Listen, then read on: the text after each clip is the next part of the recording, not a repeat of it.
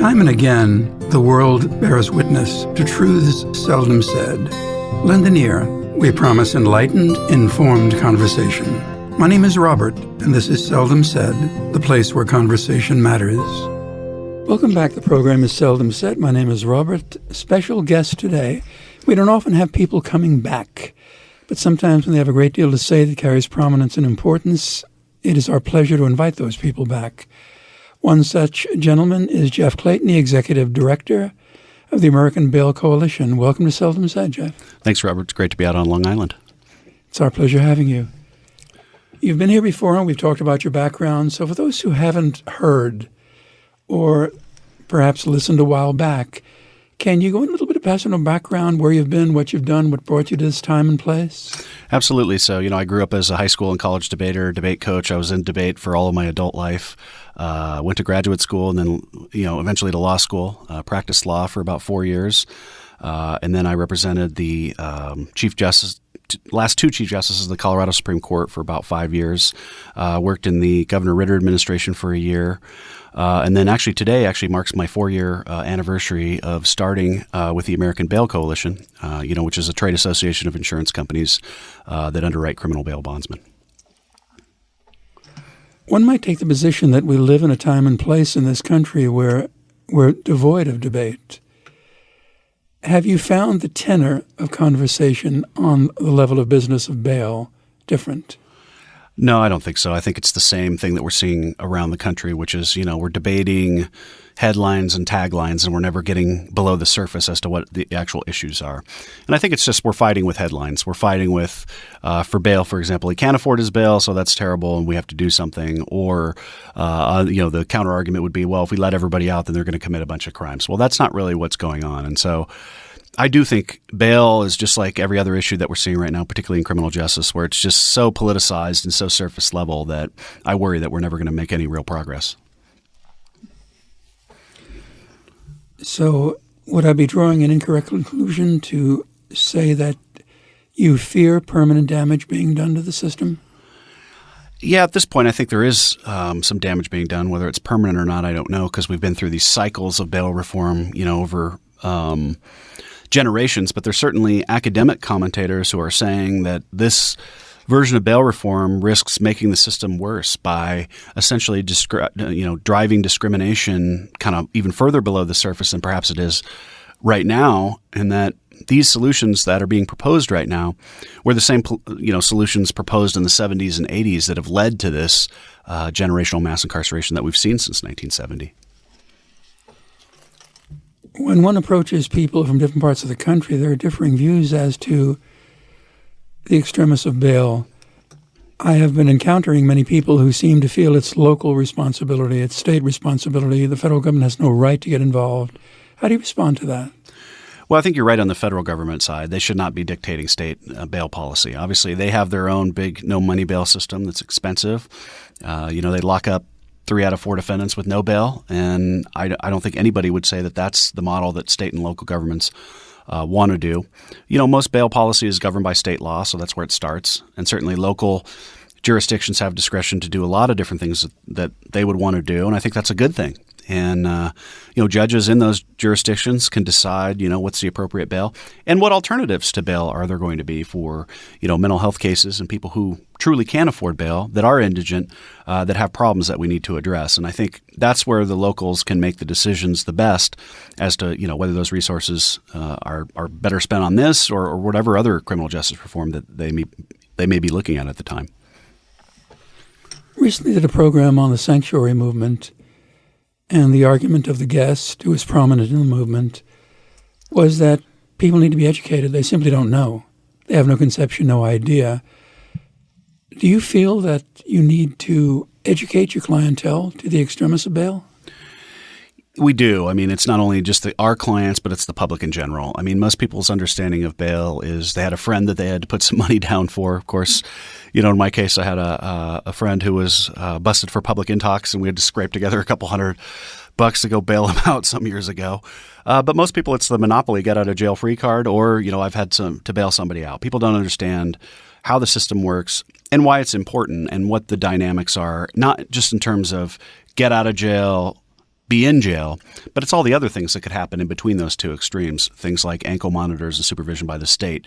There's a lot of restrictions of liberty going on, and people just look at it as you're in jail, you're out, and that's pretty much it. And so, yeah, we do have to spend a lot of time not only educating clients about how the bail system works, but the public as well as we get into these debates about bail reform. This is not meant to sound pessimistic, but do you feel it belongs in a classroom at the high school and college level?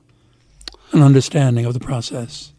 I think so. I think criminal justice is a poorly understood topic. And as I've said on previous shows, and I'll just use this example again, as when I became an attorney, I got a cold call and it was a bail call. And I went into the senior partner's office not knowing what to do about it. And the answer was call Joe Beanie, the bail bondsman, right? He handles it.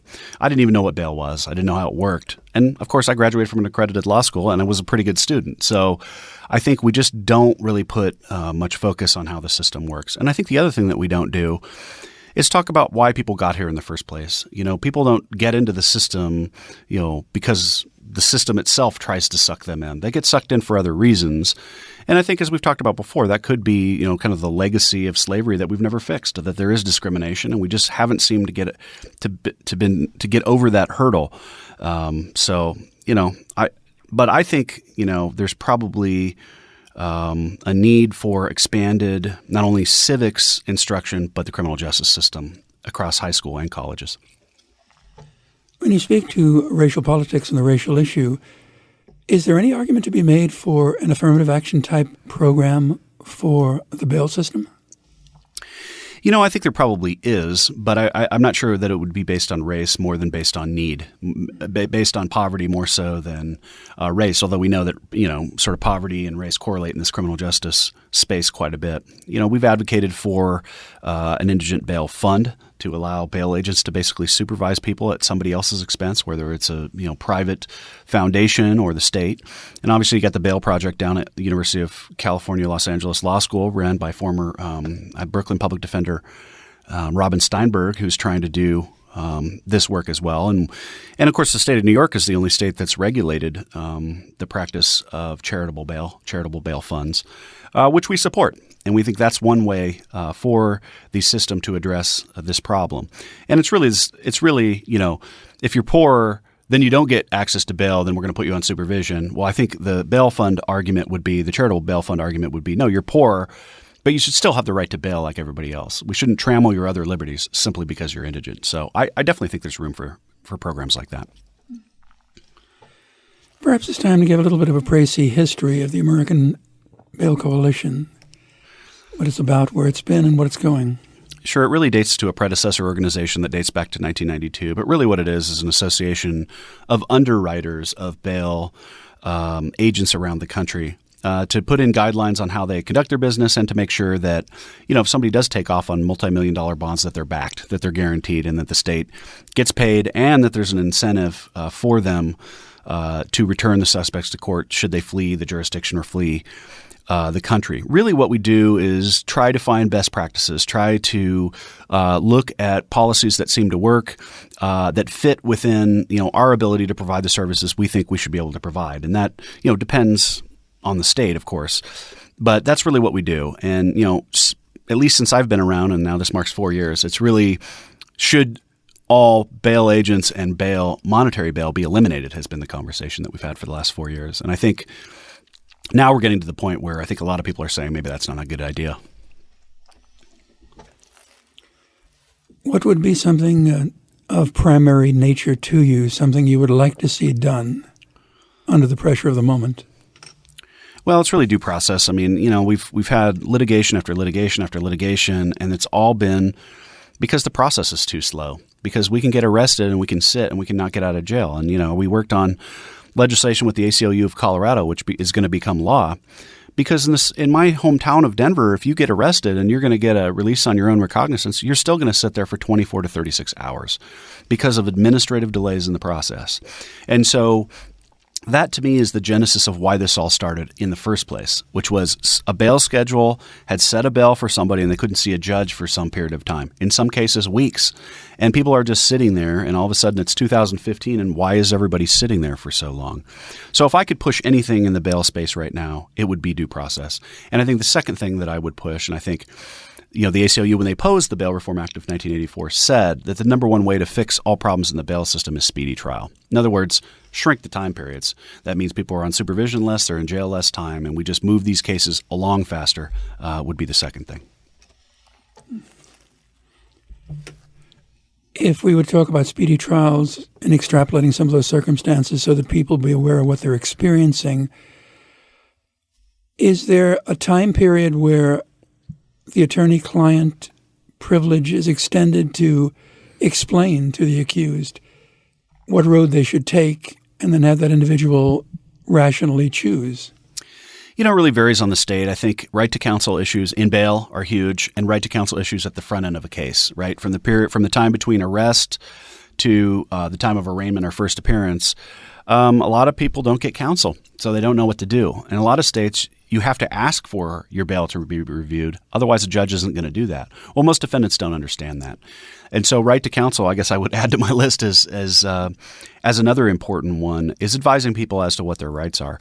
And, we've seen some efforts in that in some states to try to give defendants objective information. Because if the state, if the county has a pretrial services program and they come to you and say, you could be on pretrial services, you don't have to post bond, but what they may not tell you is all the fees that you're going to have to pay for your own supervision and all the other restrictions on your liberty that would occur were you to go that route. And I think having counsel, early in a case helps defendants understand, what their rights are and what the best course of action is for them.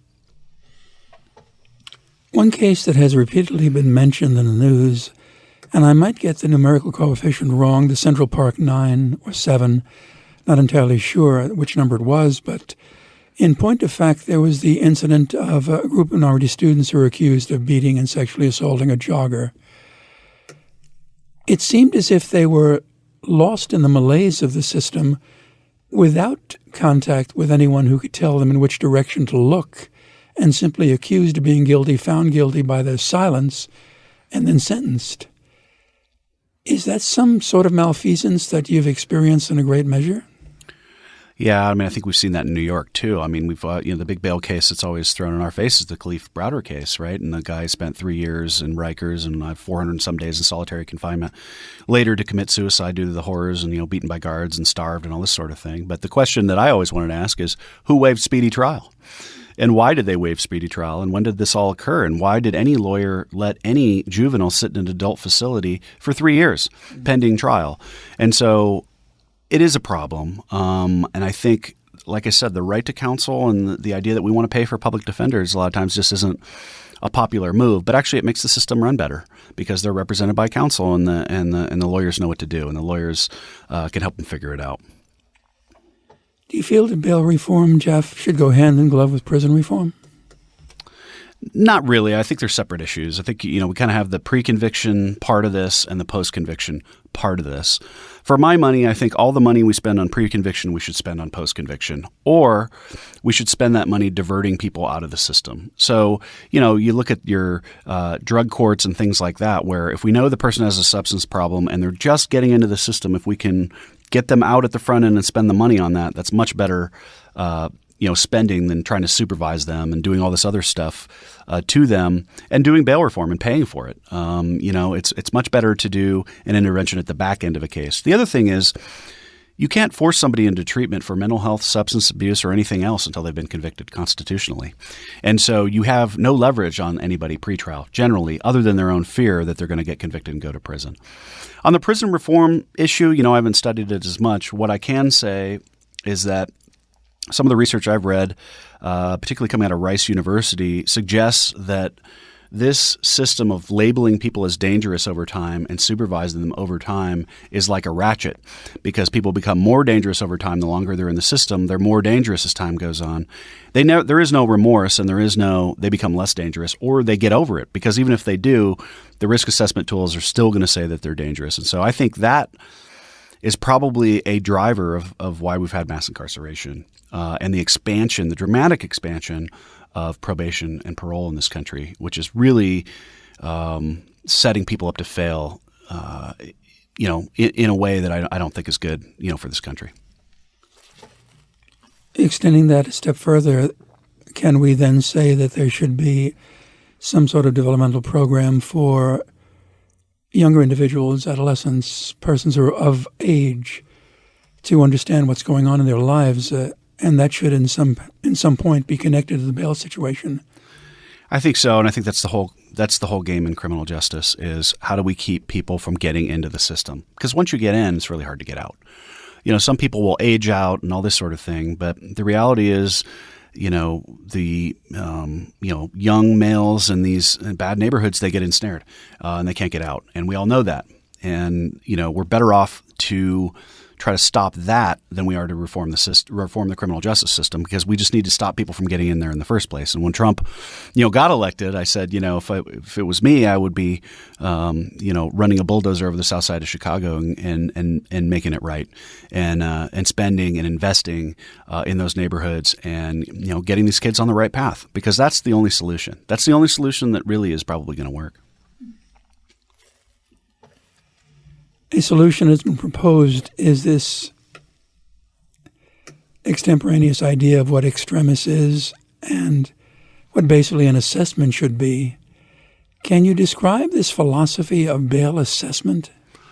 Yeah, so these risk assessment algorithms have been around, for 20, 30 years.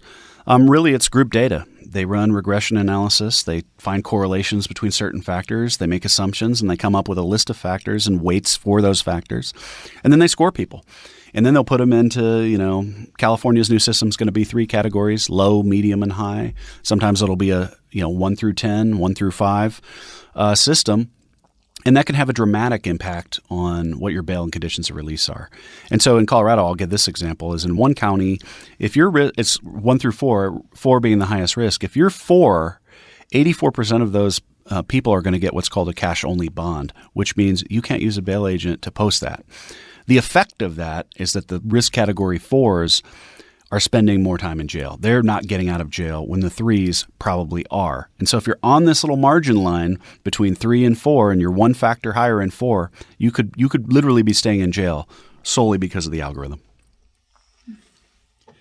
We're approaching the first break in the program. When we come back, it would be interesting talking about some of the cases you've been involved with, Walker versus Georgia and so forth. You've written some interesting commentary on Holland versus Rosen, some things that really relate to where we should go and how far we have to go. It would seem that this is a discussion with a middle and no end. It's a discussion in search of a beginning. When we come back, we'll be talking about these issues with Jeff Clayton, the Executive Director of the American Bail Coalition. My name is Robert, and the program is, of course, Seldom Said.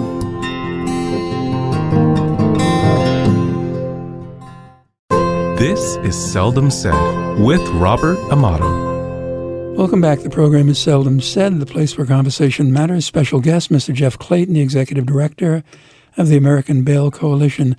Jeff, going back to the idea of risk assessment, it would seem in your description of it that there are no subtleties at all that can be incorporated on the computer.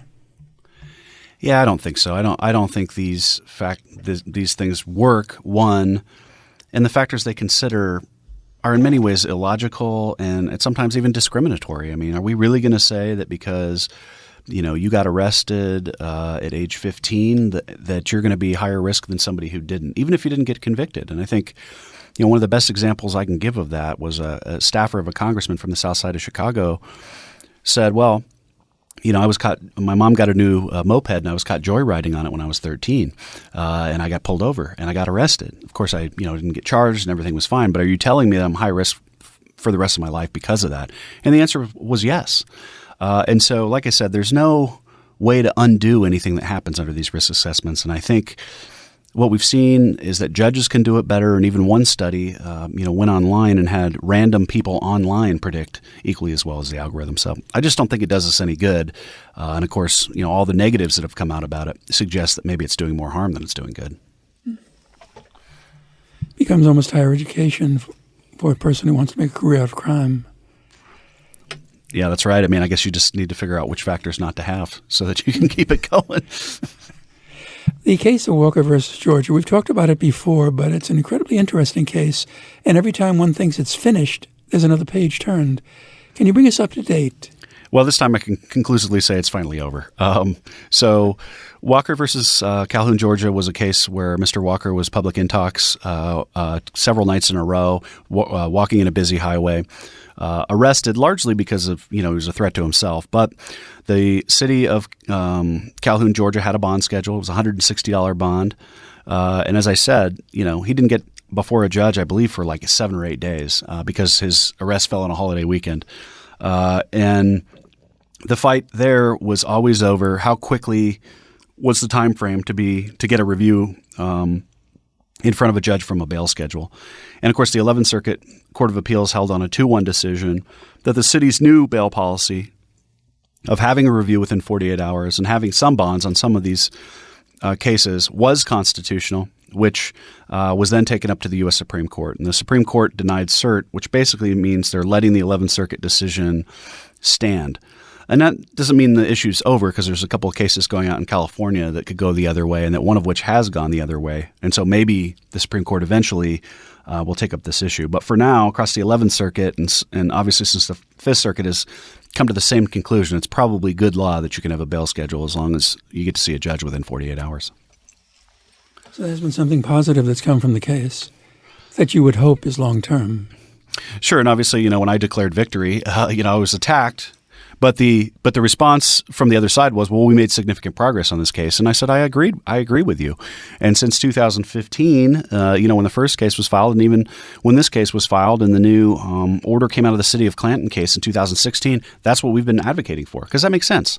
And we've actually been, trying to push it a little bit further and look at Florida, where they're doing these reviews within 24 hours.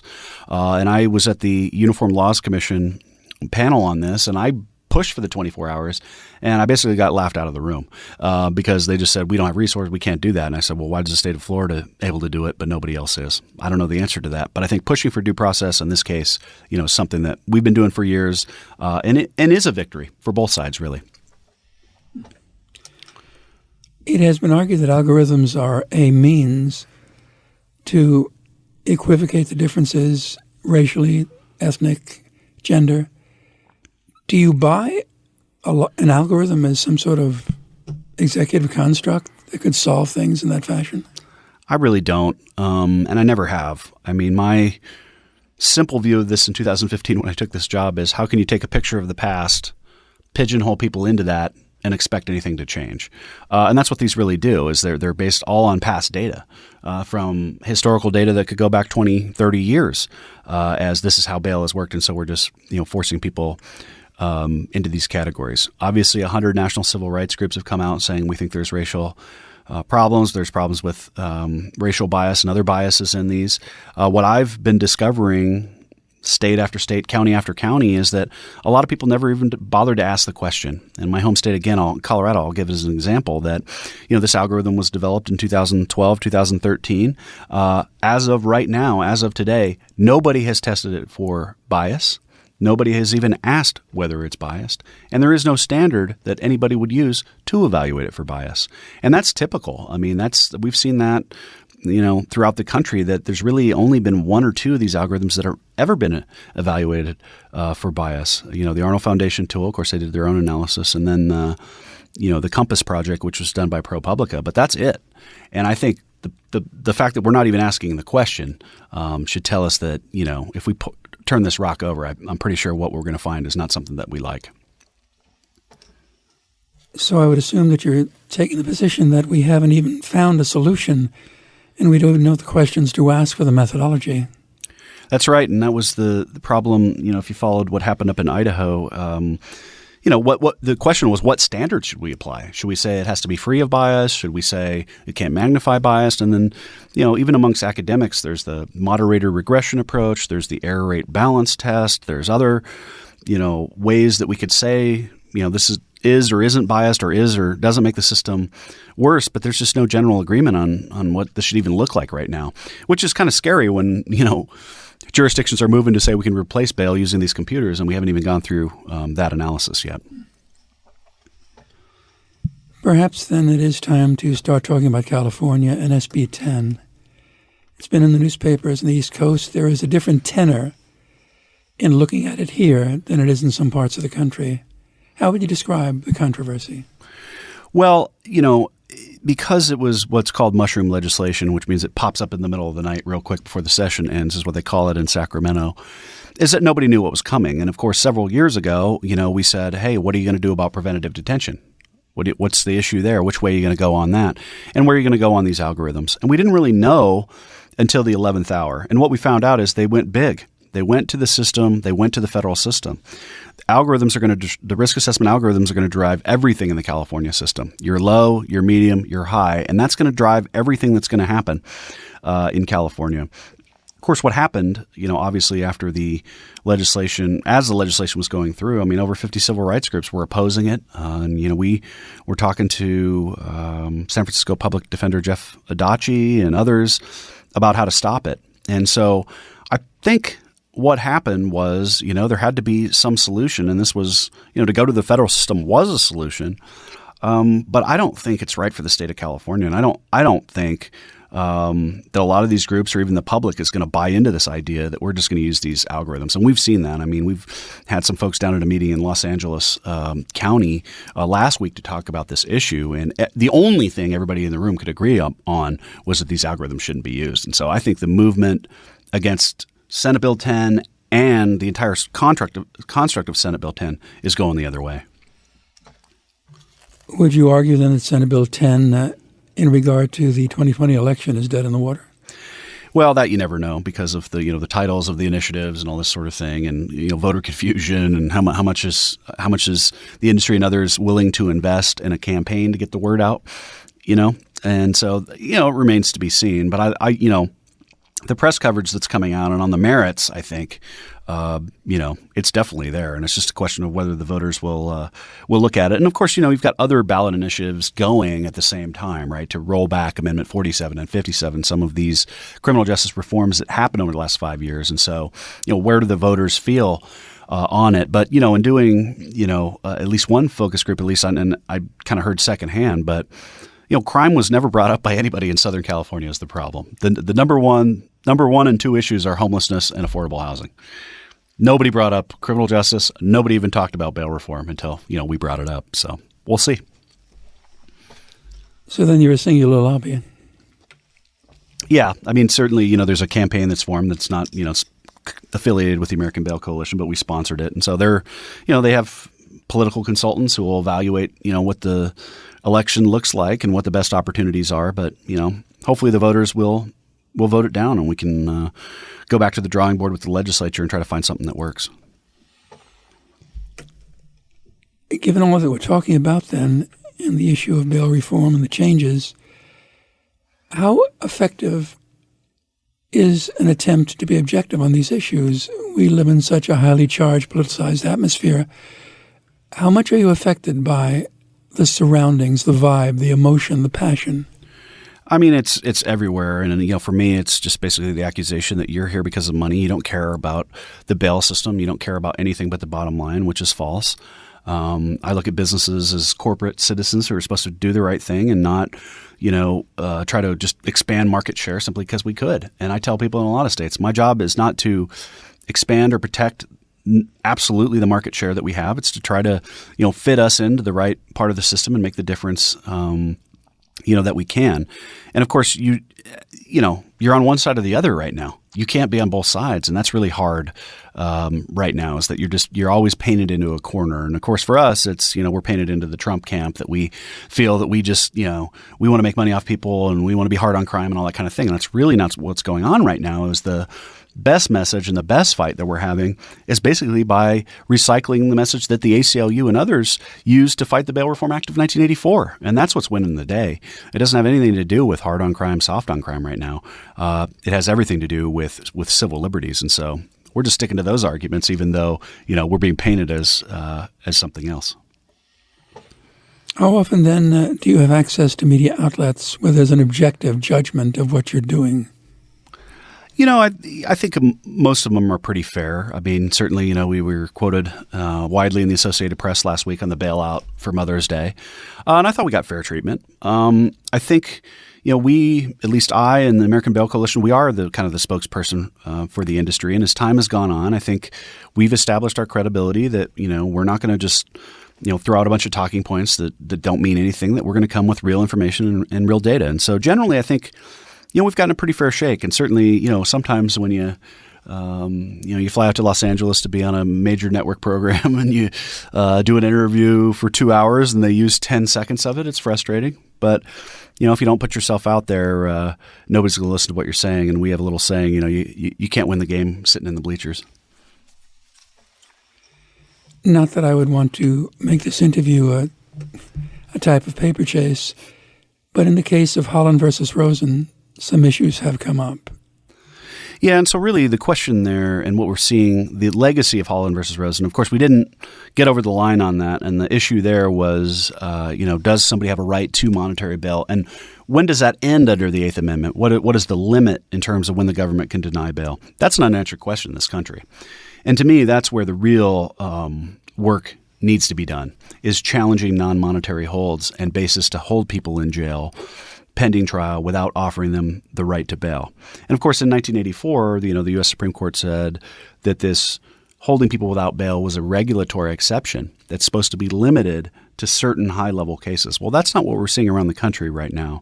We're seeing it used in misdemeanor cases. We're seeing the Harris County, Houston misdemeanor criminal court at-law judges actually putting out a policy of preventative detention. And so, to me, that's probably the number one issue in terms of bail that we need to look at going forward.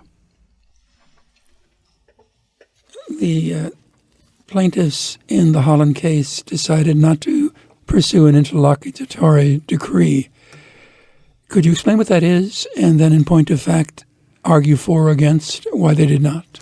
Yeah, and they really they filed an appeal, and they went up, and they actually got denied by the U.S. Supreme Court. And so as to the legal strategy, I guess I don't really have an opinion. I'm just not sure that Mr. Rosen was the right plaintiff because he got in a violent activity. He got into a violent fight. It wasn't really, I guess, as good of a case as it could have been. The other thing is he waived his right to bail. I mean, he accepted the terms of his release and then later came back and tried to sue. And that generally doesn't work very well. But what I do think is that this whole idea that somehow U.S. versus Salerno allows for the type of preventative detention we're seeing in this country, I just don't think is the case.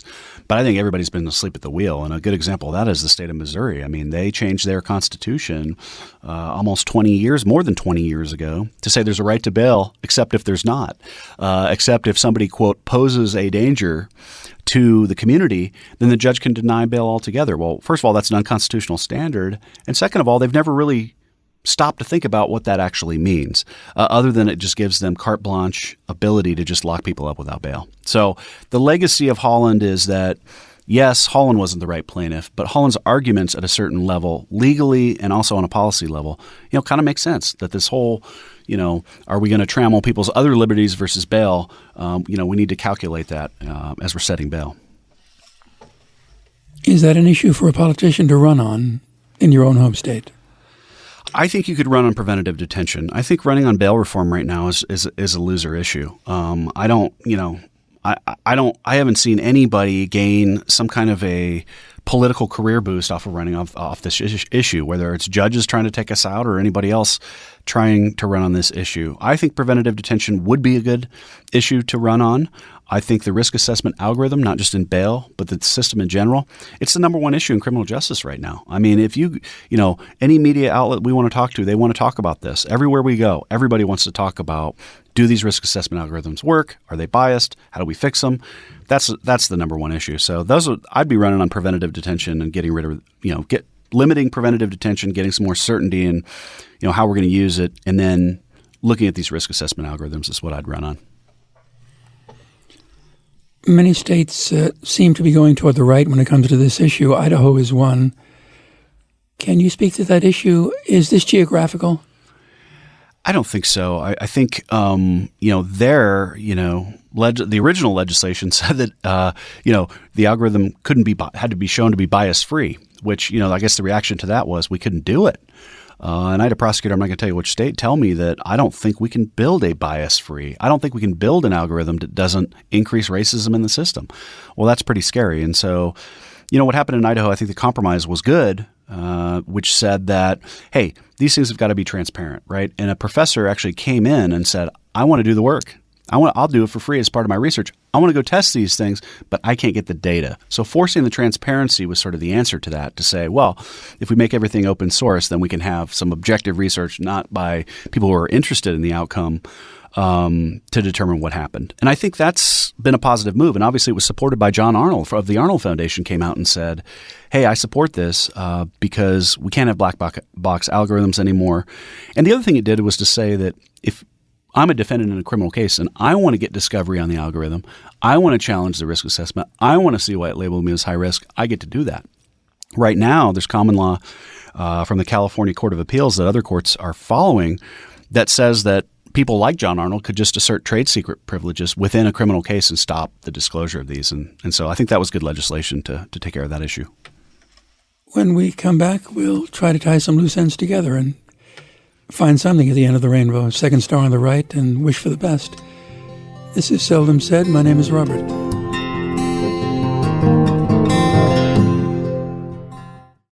This is Seldom Said with Robert Amato. Welcome back. The program is Seldom Said. Again, it's the place where conversation matters. Special guest, Jeff Clayton, Executive Director, American Bail Coalition. Jeff, in the unfortunate lack of time we have, 18 minutes, can you begin talking about the topics of legislation and cases that you are quite interested in pursuing? Absolutely. I mean, I think legislatively, and for those who don't follow state legislation, most of it's front-loaded in the first part of the year. So a lot of state legislatures will meet for, a couple of months in the first part of the year, which is usually my busy time of the year. So I've been on the road pretty much all winter and spring working on it. So, there were some attempts to, do risk assessments statewide. We saw that in Florida. We saw that in Colorado, and that's still going on in Texas. In Colorado and Florida, they decided not to go that direction, to expand risk assessments statewide. That's also been an issue in Ohio for the last several years. The Supreme Court is going to issue recommendations on that, I believe, next week as to what's going to happen there, whether there'll be a statewide risk assessment. There's been really no talk this year, other than in Texas, of changing any state constitutions to go to the no money bail system.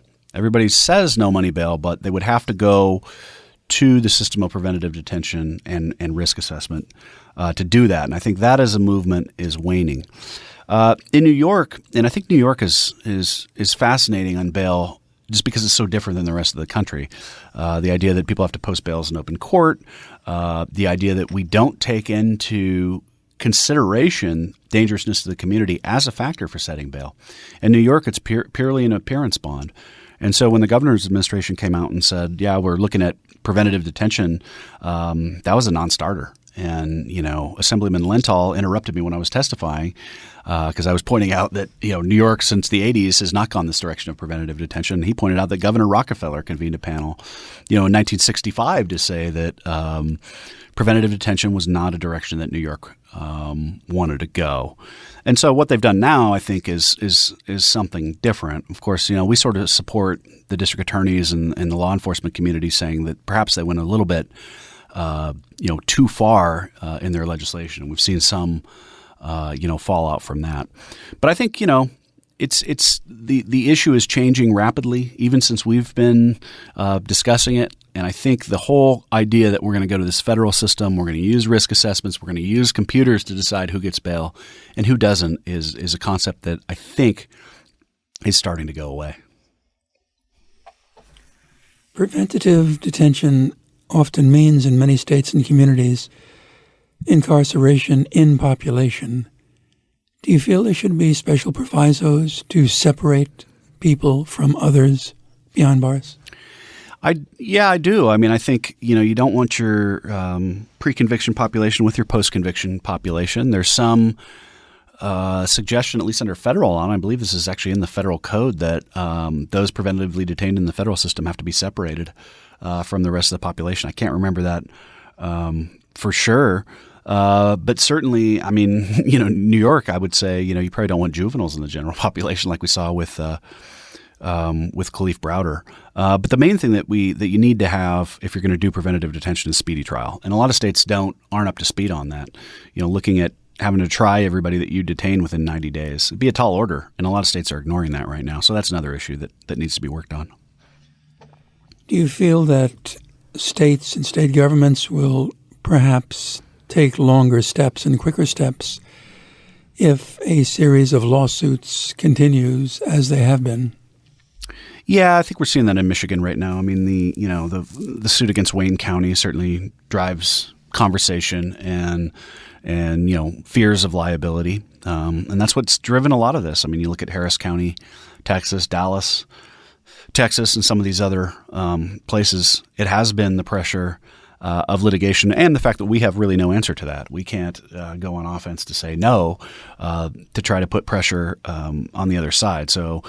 And a lot of times there's issues. I mean, there's right to counsel issues. They don't give them counsel. There's, time lags, as we talked about before, that are real issues. And a lot of times I read complaints and I go, if that's true, they're probably liable. And what do you do about that? And, what we've tried to do is say, look, it's pretty simple to comply. And in various states, what we do is say, here's how you comply. And here's how you avoid liability. And unfortunately, the other side just has a big bankroll of litigation budget that really, and particularly, in small towns and cities, they overwhelm them. And, the city of Calhoun, Georgia, I think is probably, one example that they're losing money on their criminal justice program. They're a town of 15,000 people, and they're taking on, people that are appointed by Eric Holder to take them out. So that, that's obviously been an issue, particularly in the small cities. But litigation definitely has driven this, and it'll be interesting to see if that pivots to something else, like to preventative detention, to the algorithms and what impact they may have. Are they discriminatory? Is there liability there? I think that's probably where it's going to end up going. Common argument used by atheists that heaven and the law are relative. Do you feel there is any hope in your own mind, in your own future, and where you see this going, that will achieve something not ideal, but near so?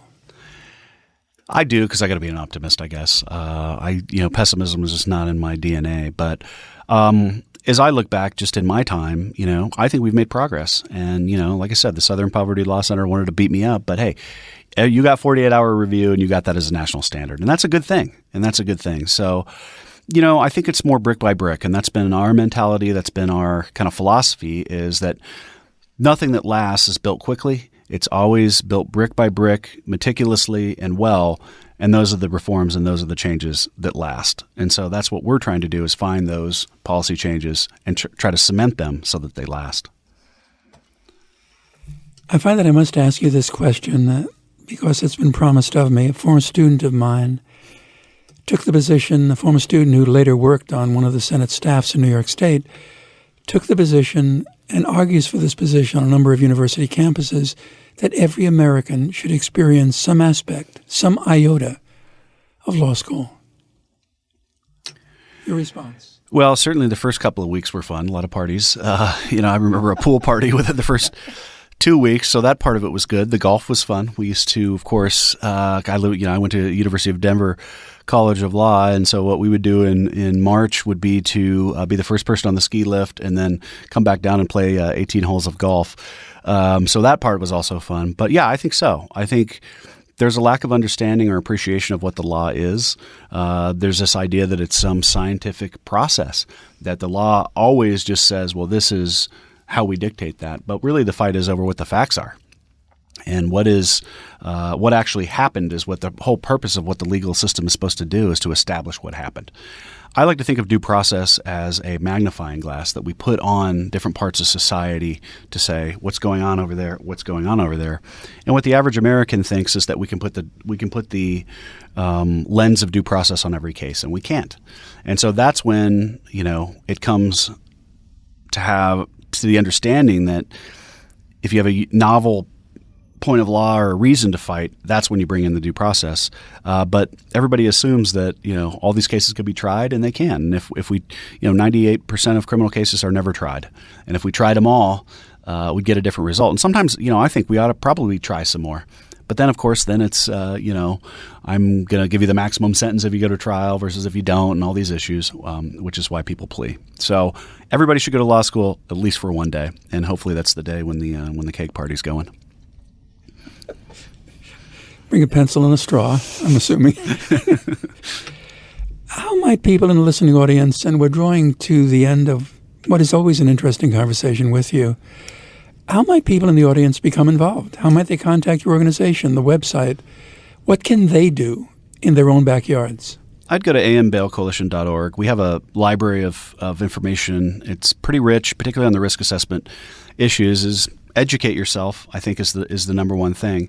And then just understand how your local community works and look for opportunities. If you're on the reform side, say, hey, the American Bail Coalition is against nuisance bail, and try to define that in your community and say, yeah, we're looking at some of these cases, we just don't need bail. And of course, we, legislation passed in Colorado that we sort of took a step back on and just said, we're not going to get involved in that. And that was sleeping on a park bench bails, stuff like that. So I think there's a lot of opportunity on this issue. And as you said, it's never going to end as an issue. It's always a move. And, one commentator said the right to bail is the right to bail till it's denied, and then it's reaffirmed, and then it's denied, and then it's reaffirmed. And there's always a fight over that. And there has been, for at least 400 or 500 years. So it's job security, if anything, for those who may want to get involved in the field. I would think that there's a market for a how-to book. And we spoke about writing and literature and what your ambitions might be, Jeff. Is there a need for such a commonplace list of things, do's and don'ts? I think so. Maybe not just on bail reform itself, but also, you as a citizen, how do you influence your government? What's effective? What's not? People think that going to the state capitol angry is going to work. And generally it doesn't. But what people also don't understand is that when you're working on legislation, you're running an issue campaign on that legislation, which means you have to engage people. You have to talk to them. You have to get people networked and grassroots on your side, and not only on your side, but willing to take action. And that's one of the things that we've been able to do is use sort of the internet and the digital version of that we were way behind on, that now I think we're on the cutting edge of, which is getting people to engage, getting citizens to engage with their government. And really, our job is to either outrage them or to show them something or to give them something that tugs at the heartstrings. So they look at that, they engage in the issue, and then they take action. And what they do beyond that, we don't know. But we do know that a lot of people, when they see this issue, they want to get involved, and they will write letters to their legislators. And I think that's an important thing. In certain inner city and impoverished communities, there is the feeling that one does take to the streets. Would you be of the position that serves no purpose?